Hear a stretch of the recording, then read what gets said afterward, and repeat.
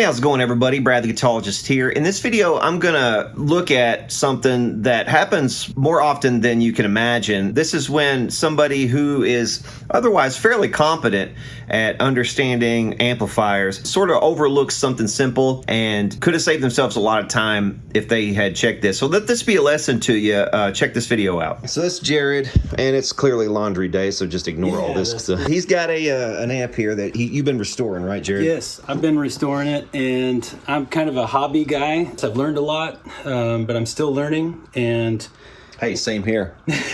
Okay, so I got a really good deal on this amp because it had been sitting in a barn for decades, or a garage.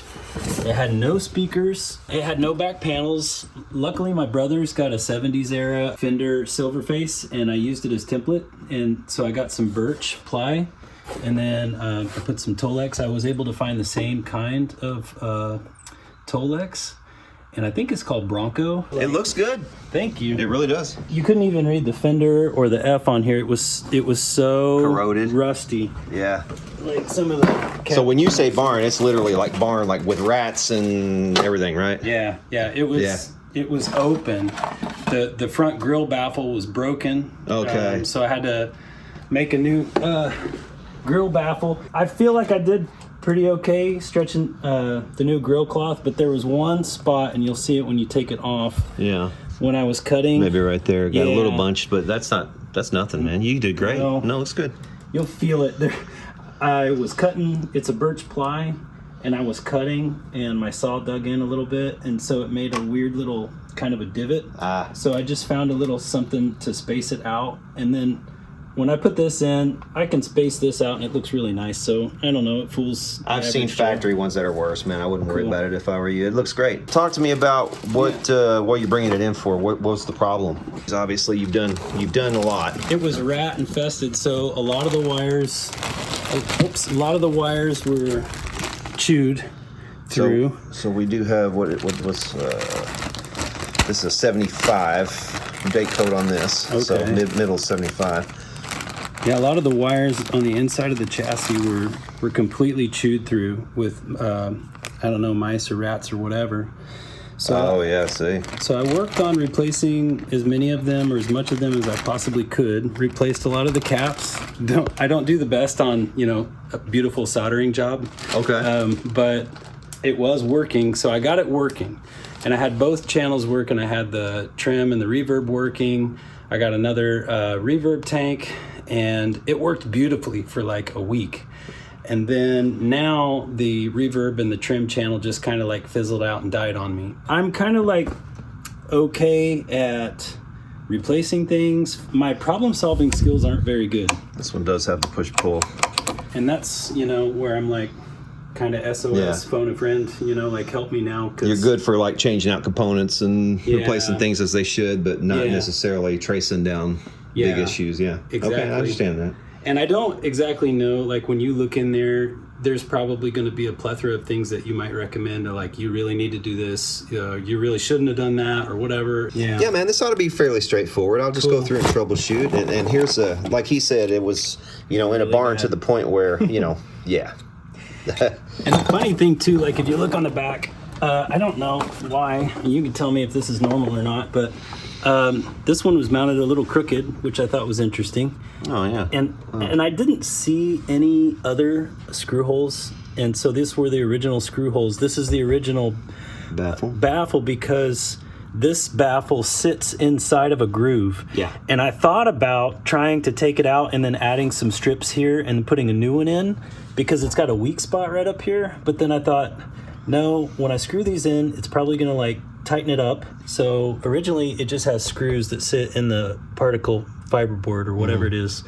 And it's really, really weak board. So I just drilled straight through, and then I put some T-nuts in with some machine screw heads, and that really snugged it up nice. Right. I didn't have the original sticker, so I can only find one image online, and I just did a color photo of it, and then I just kind of pasted it on. Yeah. I believe it's the correct one. I went with these speakers, and these are the Fender reissues that they put on some reissue models, and I was able to find a set of 3 that were in like new condition, and then I found separately one that was similar.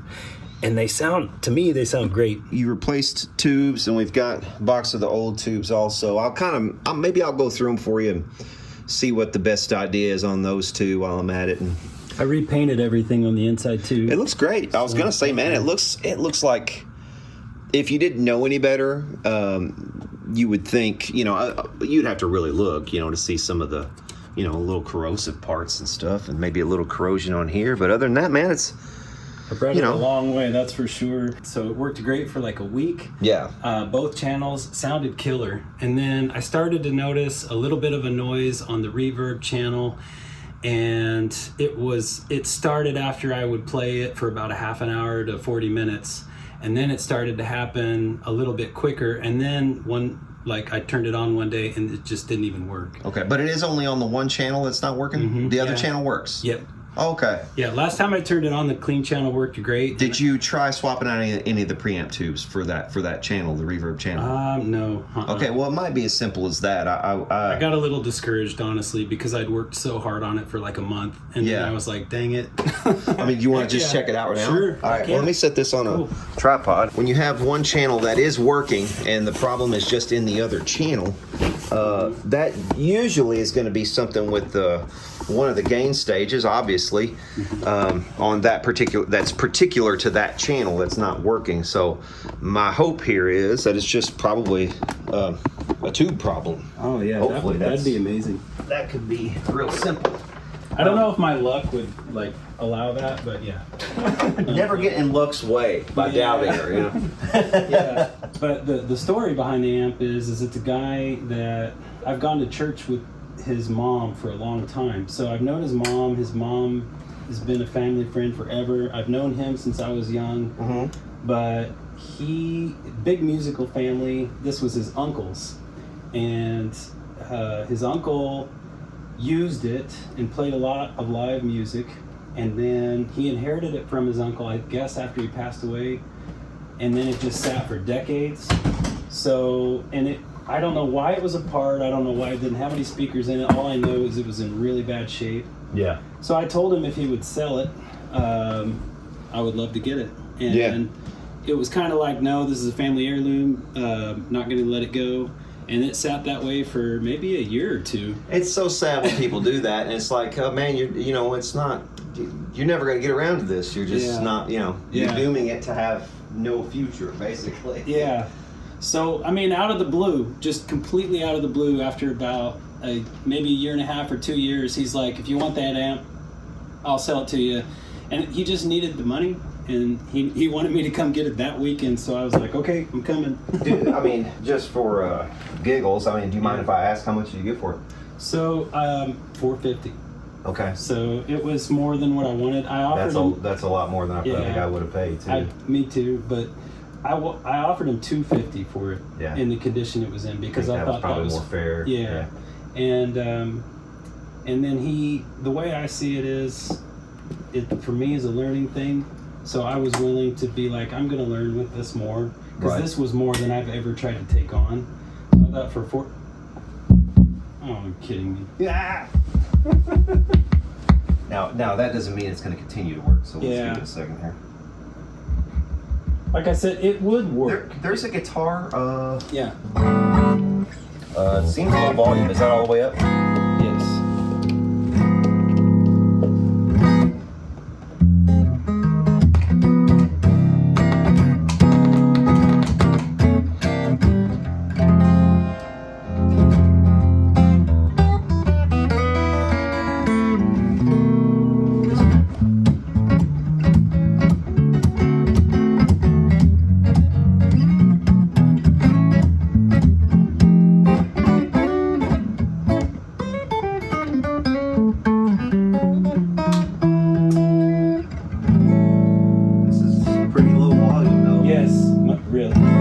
Very, very much so. Yeah, this is low volume. I wonder why. Let's see if I put it in the reverb on this channel. Okay. Yeah, it's just full way. Okay, yeah, put it back over here. I want to see. Play something real quick. I just want to see if this is the beat.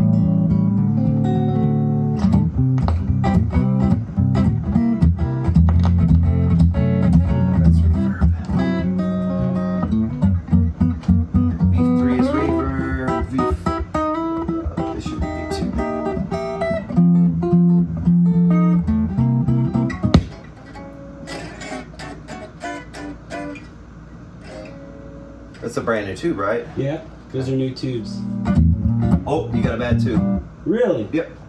You do. Ah! If I came down here for that, then that'll be great. Actually, yeah. 2 seconds later, we tried to get this tube out, and that's what I figured would happen. I've had this happen before, actually, for the same reason, because these tubes, you know, the newer ones are kind of larger, and these bases are kind of so tight that it ends up cracking way up in there, and and you can't see the crack, and you don't know it's cracked unless you look for that milky white substance there. But we'll throw that away. That's going to be a biohazard there, or not biohazard, but you know what I'm saying, toxicity hazard.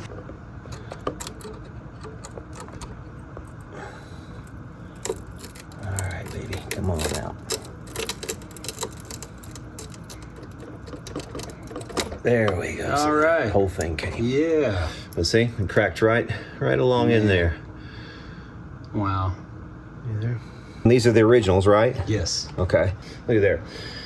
Nice 1976 RCA made, Fender labeled, 7025. These are great tubes, dude. Sweet. Great tubes. Did you have all the original ones? Yeah. Yep, all the originals. Now you'll see here, this one has a little a ring around the bottom here. It's kind of a milky ring. Now that doesn't mean it's a bad tube. It just means it's had some hours on it. Yeah, one of them has a more pronounced ring on the bottom there, but that doesn't mean they're bad. So is the 7025s, I was looking, it's kind of like a 12AX7, but it's like less power, like 80% power, and the 12AX7's like 100% power? Nope. It's it's just a lower noise industrial version thing. of the. It's exactly a 12AX7, but they're selected for lowest noise from the factory. That's all it is. Okay. They are physically a 12AX7. Okay. So let's flip her on. Yeah. I'm gonna get this guitar too. Let's get your good tubes out. Yeah, that's those D'Angelicos, man. They sent me that for review. And I don't know if you saw the video or not, but I looked at this one and one other one they sent me also. It is beautiful. And they're great, dude. I love those guitars. All right, moment of truth. What do we got?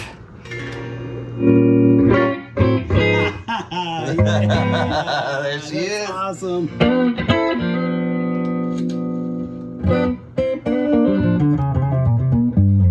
Probably, I would say what happened is that tube, you know, you installed that tube, and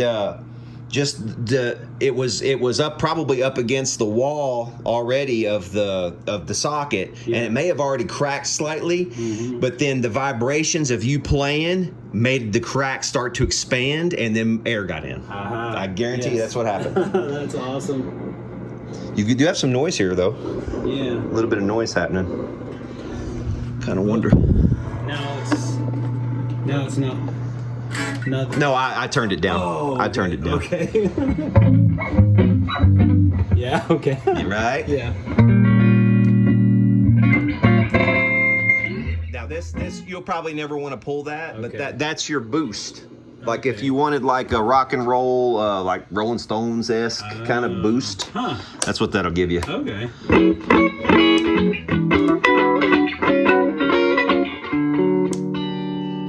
It feels like it's a bit intermittent, so you might want to get back in here and squirt this a few times and you know, turn it in both in and out positions. Okay. And that should clean that and make it work. So. Okay.